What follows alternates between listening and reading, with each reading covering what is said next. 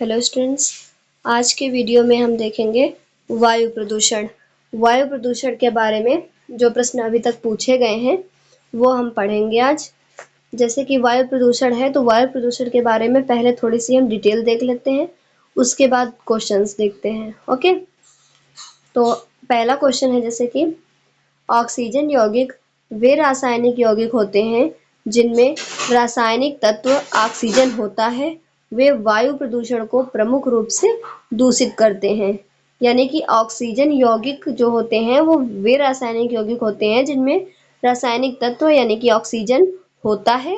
वे वायु प्रदूषण को प्रमुख रूप से दूषित करते हैं और उनमें से हैं जैसे कि कार्बन मोनोऑक्साइड। तो कार्बन मोनोऑक्साइड के अंतर्गत कुछ क्वेश्चंस हम देखेंगे पहले। जैसे कि इसके बारे में थोड़ी सी डिटेल है कि यह कार्बन आधारित ऊर्जा स्रोतों जैसे कि पेट्रोल, कोयला या लकड़ी को जलाने के अधूरे दहन प्रक्रियाओं के उप उत्पाद के रूप में बनती है। जो कार्बन मोनोऑक्साइड है तो ये कार्बन आधारित ऊर्जा स्रोतों जैसे कि पेट्रोल, कोयला या लकड़ी को जलाने के अधूरे दहन प्रक्रियाओं के उप उत्पाद से बनती है। तो अधूरे दहन मतलब ऑक्सीजन इसमें से अनुपस्थित है, कम मात्रा में है, तो इससे कार्बन मोनोऑक्साइड बन जाएगी। उसके बाद अगला है कि प्रक्रिया के दौरान यदि उप उत्पाद के रूप में कार्बन डाइऑक्साइड बनाने के लिए पर्याप्त ऑक्सीजन उपलब्ध नहीं है तो इसके बजाय कार्बन मोनोऑक्साइड बनाया जाता है। यही जो हमने पहली लाइन में बताया कि इसमें ऑक्सीजन जो है वो पर्याप्त मात्रा में उपलब्ध नहीं होती है तो इसकी जगह पर ये कार्बन मोनोऑक्साइड बन जाता है। तो फिर अगला क्वेश्चन है कि क्वेश्चन है इसके बारे में डिटेल है कि कार्बन मोनोऑक्साइड के सबसे बड़े स्रोत वाहनों से आते हैं जब वे धीरे धीरे आगे बढ़ रहे हैं या जब इंजन निष्क्रिय है। तो कार्बन मोनोऑक्साइड के सबसे बड़े स्रोत वाहनों से आते हैं। वाहनों का जो धुआं होता है यानी कि जब वो धीरे धीरे आगे बढ़ रहे हैं, जब इंजन निष्क्रिय है तो कार्बन मोनोऑक्साइड बनती है। फिर अगला क्वेश्चन है कि कार्बन मोनोऑक्साइड मनुष्यों के लिए खतरनाक है। एक बार जब यह सांस के साथ अंदर जाती है तो तो लाल रक्त कोशिकाओं में हीमोग्लोबिन को संलग्न करके और मस्तिष्क, तंत्रिका तंत्र के ऊतकों और दिल जैसे महत्वपूर्ण अंगों को ठीक से काम करने की क्षमता को कम करके ऑक्सीजन के साथ प्रतिस्पर्धा करती है। तो जो कार्बन मोनोऑक्साइड होती है यह मनुष्यों के लिए खतरनाक होती है। या जब हमारी सांस जब हम लेते हैं, ऑक्सीजन ग्रहण करते हैं, तो जब उसके साथ यह कार्बन मोनोऑक्साइड अंदर जाती है तो ये लाल रक्त कोशिकाओं यानी कि आरबीसी में हीमोग्लोबिन को संलग्न करके मस्तिष्क, तंत्रिका तंत्र, ऊतक और हृदय जैसे महत्वपूर्ण अंगों को ठीक से काम करने की क्षमता को कम करके ऑक्सीजन के साथ प्रतिस्पर्धा करती है। यानी कि उनकी काम करने की जो क्षमता होती है उसको ये छेड़ कर देती है, उसकी क्षमता को कम कर देती है, यानी कि मनुष्य को कमजोर बना देती है। ये होता है कार्बन मोनोऑक्साइड का काम। फिर उसके बाद अगला कारक है हमारा नाइट्रोजन डाइऑक्साइड। तो नाइट्रोजन डाइऑक्साइड के बारे में है जैसे कि नाइट्रोजन ऑक्साइड गैसों और नाइट्रोजन अणुओं की अलग अलग मात्रा से बनी गैसों का एक समूह है। जो नाइट्रोजन ऑक्साइड होता है वो नाइट्रोजन अणुओं की अलग अलग मात्रा से बनी गैसों का एक समूह है। जैसे आम नाइट्रोजन ऑक्साइड में से नाइट्रोजन डाइऑक्साइड NO2 है जो एक लाल भूरे रंग की गैस होती है। NO2 जो है वो एक लाल भूरे रंग की गैस होती है। फिर है कि नाइट्रोजन ऑक्साइड जो है वे तब बनते हैं जब उच्च तापमान पर जीवाश्म ईंधन जलाया जाता है, लेकिन बिजली के प्रहारों से भी प्राकृतिक रूप से बनाया जा सकता है। ओके, फिर सल्फर डाइऑक्साइड। तो सल्फर डाइऑक्साइड के बारे में देखते हैं। जो सल्फर डाइऑक्साइड है सल्फर और ऑक्सीजन अणुओं से बने यौगिकों का समूह होती है। जो सल्फर ऑक्साइड है ये सल्फर और ऑक्सीजन के अणुओं से यानी कि उनके यौगिकों से मिलकर बना एक समूह होता है। सबसे आम सल्फर ऑक्साइड सल्फर डाइऑक्साइड यानी SO2 है जो एक जली हुई माचिस प्रकार की गंध वाली रंगहीन गैस है। ओके, फिर अगला क्वेश्चन है वे सल्फर युक्त कोयले और तेल और धातु युक्त अयस्कों यानी कि एल्यूमिनियम, तांबा, जस्ता, सीसा और लोहे सहित के जलने के दौरान बनते हैं। जो सल्फर डाइऑक्साइड है ये एल्यूमिनियम, तांबा, जस्ता, सीसा और लोहे सहित यानी कि इन अयस्कों के जलने के दौरान बनते हैं। फिर अगला है कि लाइकेन एक जटिल जीवन रूप है जो दो अलग अलग जीवों, एक कवक और एक शैवाल की सहजीवी साझेदारी है। यदि हवा सल्फर डाइऑक्साइड से बहुत बुरी तरह प्रदूषित है तो वहां कोई लाइकेन मौजूद नहीं हो सकता है, केवल हरा शैवाल पाया जा सकता है। ठीक है। फिर अगला है प्राथमिक प्रदूषक। प्राथमिक प्रदूषक कौन से होते हैं? जो प्रदूषण स्रोत से सीधे वायु में मिलते हैं वो प्राथमिक प्रदूषक होते हैं। यानी कि जो प्रदूषक स्रोत होता है जहां से प्रदूषण उत्पन्न हो रहा है वहां से जो सीधे वायु में मिल जाते हैं वो प्राथमिक प्रदूषक कहलाते हैं। जैसे कि CO यानी कि कार्बन मोनोऑक्साइड, CO2 और SO2, ये सल्फर डाइऑक्साइड और कार्बन डाइऑक्साइड। तो ये जैसे कि जो वायु है, हवा है, उसमें सीधे जाके अगर प्रकृति में मिल रहे हैं तो वो हमारे प्राथमिक प्रदूषक कहलाते हैं। उसके बाद द्वितीयक प्रदूषक है। द्वितीयक प्रदूषक जो प्राथमिक वायु प्रदूषकों तथा साधारण वातावरणीय पदार्थों की क्रिया के फलस्वरूप उत्पन्न होते हैं, जैसे कि O3, PAN और स्मोक। O3 यानी कि ओजोन होता है और ये स्मोक जो है आपका ये होता है धुंध टाइप का नहीं होता है, उससे जो प्रदूषण फैलता है। और PAN के बारे में इसका भी क्वेश्चन द्वितीयक प्रदूषक का पूछा गया है। अभी आगे आपको क्वेश्चन मिलेगा, किसी एग्जाम्स का पूछा हुआ क्वेश्चन है। ओके। फिर अगला क्वेश्चन है, डायरेक्ट क्वेश्चन था कि द्वितीयक प्रदूषक इनमें से कौन सा है, तो उसमें सही ऑप्शन था आपका मोटर वाहन के धुएं एवं सिगरेट से धुएं से निकलने वाली गैस कौन सी है, तो कार्बन मोनोऑक्साइड। मोटर वाहन के धुएं और सिगरेट के धुएं से निकलने वाली गैस कौन सी है, CO यानी कि कार्बन मोनोऑक्साइड। यहाँ पर धुएं है। ओके, टाइपिंग मिस्टेक थोड़ा सा। अगला क्वेश्चन है, वाहनों में पेट्रोल के जलने से लेड धातु उत्सर्जित होती है। फ्लाई ऐश कोल दहन यानी कि पत्थर के कोयले से उत्पन्न प्रदूषण है। इससे श्वास संबंधी बीमारी, पत्तियों पर जमा होने से प्रकाश संश्लेषक बाधित होता है। फिर अगला है कि लाइकेन एवं मांस दोनों वायु प्रदूषक हैं। वायु प्रदूषण के महत्वपूर्ण सूचक हैं। वातावरण में नाइट्रोजन वृद्धि से मांस समाप्त। फिर अगला है कि प्रदूषण युक्त वायुमंडल को वर्षा द्वारा स्वच्छ किया जाता है। जो प्रदूषण युक्त वायुमंडल होता है तो वो वर्षा के द्वारा स्वच्छ किया जाता है। फिर अगला है कि सिगरेट की धुएं में बेंजीन एवं कार्बन मोनोऑक्साइड मुख्य प्रदूषक हैं। निकोटीन भी पाया जाता है परंतु बहुत कम मात्रा में। ठीक है।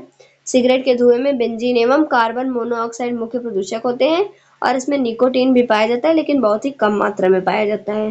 फिर लाइकेन के अन्य पारिस्थितिक महत्व हैं।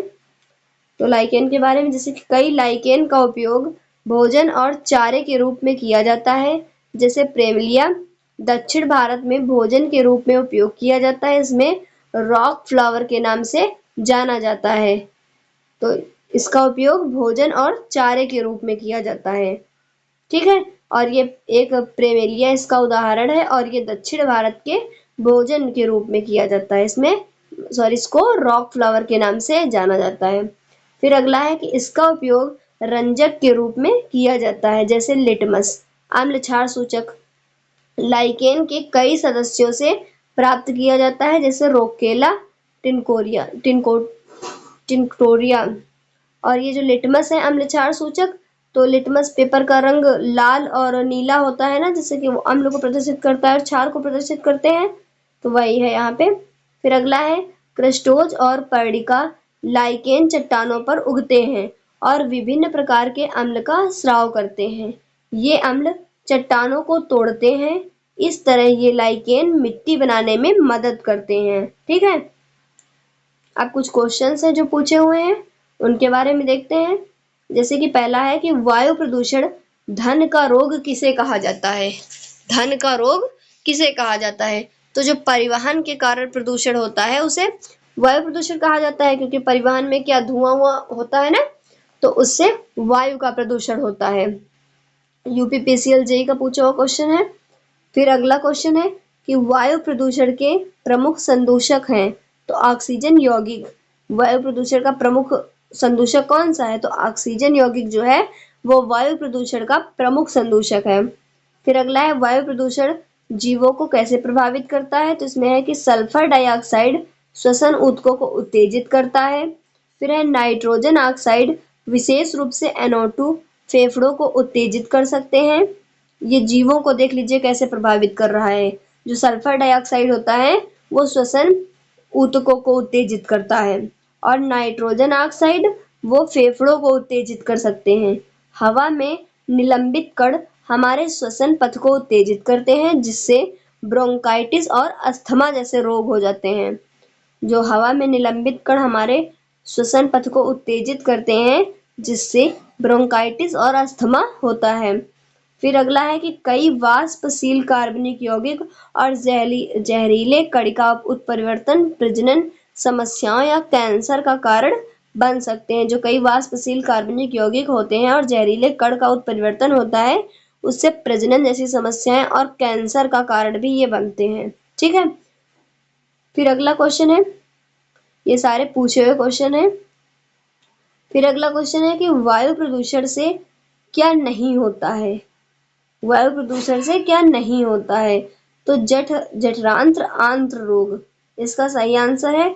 और वायु प्रदूषण से क्या हो सकता है, तो कैंसर, श्वसन संबंधित बीमारियां, इमारतों का संक्षारण, ये सब वायु प्रदूषण से संभव है। लेकिन जठरांत्र ये आपका ऑप्शन के हिसाब से दिया गया है कि ये सही ऑप्शन है कि वायु प्रदूषण से नहीं होता है। अगला क्वेश्चन है, शहरों में कारों और ट्रकों जैसे वाहनों से होने वाला उत्सर्जन वायु प्रदूषण का एक प्रमुख कारण है। ट्रकों और कारों या फिर किसी भी जो परिवहन के साधन होते हैं उनसे जो धुआं निकलता है वो कहाँ जाता है, वो वायु में मिल जाता है ना, तो वही वायु प्रदूषण का प्रमुख कारण बनता है। कारों से ऐसे विभिन्न प्रदूषक उत्सर्जित होते हैं जो अंतः श्वसित होने पर, यानी कि जब मानव सांस लेता है तो अगर उसके साथ वो अंदर चले जाते हैं तो मानव स्वास्थ्य के लिए बहुत हानिकारक हो जाते हैं। ठीक है। जैसे कि nitrogen oxide, carbon monoxide, carbon dioxide और बेंजीन। ठीक है। तो ये है कि जैसे मानव के स्वास्थ्य के लिए बहुत ज्यादा हानिकारक हो जाते हैं। फिर अगला क्वेश्चन है, उपर्युक्त प्रदूषकों में से कौन से अति निम्न स्तरों पर मानव द्वारा सह नहीं है, तो ये एनडीए में पूछा गया क्वेश्चन था। अगला क्वेश्चन है कि वायु प्रदूषण का कारण बनता है, तो वायु प्रदूषण डैश डैश का कारण बनता है, यानी कि वायु प्रदूषण का कारण क्या, मतलब वायु प्रदूषण किसका कारण बनता है, तो श्वसन संबंधी समस्याओं का, क्योंकि हम सांस के साथ वायु अंदर करते हैं ना, जब सांस लेते हैं तो ऑक्सीजन अंदर करते हैं, तो ऑक्सीजन में अगर उस ऑक्सीजन जो है वो प्रदूषण युक्त होती है तो उससे हमें श्वास संबंधी समस्याएं उत्पन्न होती हैं।